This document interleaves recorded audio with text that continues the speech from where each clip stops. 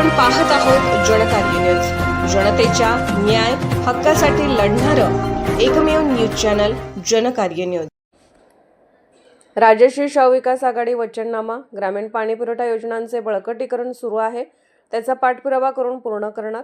जिल्हा परिषद अंतर्गत येणाऱ्या रस्त्याच्या मजबूती कामास प्राधान्य। मुख्यमंत्री रोजगार निर्मिती योजनेअंतर्गत बेरोजगारांना मदतीचा हात। गावागावामधील शासकीय आरोग्य योजनांमध्ये सुधारणा। शासनाच्या व्यक्तिगत लाभाच्या योजना सामान्य माणसांपर्यंत पोहोचवणार।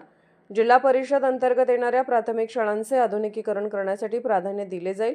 महिलांसाठी गारमेंट पार्क उभारणार। शिरोळ येथील मंजूर क्रीडा संकुलाचे काम गतीने पूर्ण करणार।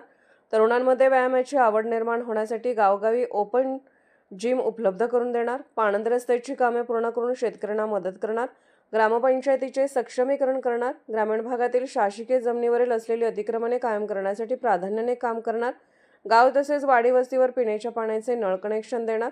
प्रत्येक गावामध्ये प्राथमिक आरोग्य उपकेंद्र सुरू करण्यासाठी पाठपुरावा करणार।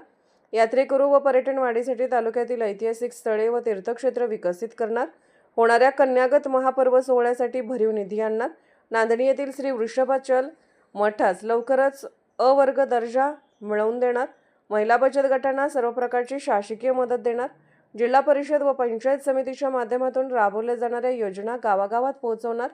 अण्णासाहेब पाटील, अण्णाभाऊ साठे, मौलाना आझाद जैन समाज अल्पसंख्याक आर्थिक विकास महामंडळ तसेच इतर महामंडळाच्या माध्यमातून तरुणांना रोजगार निर्मितीसाठी मदत करणार।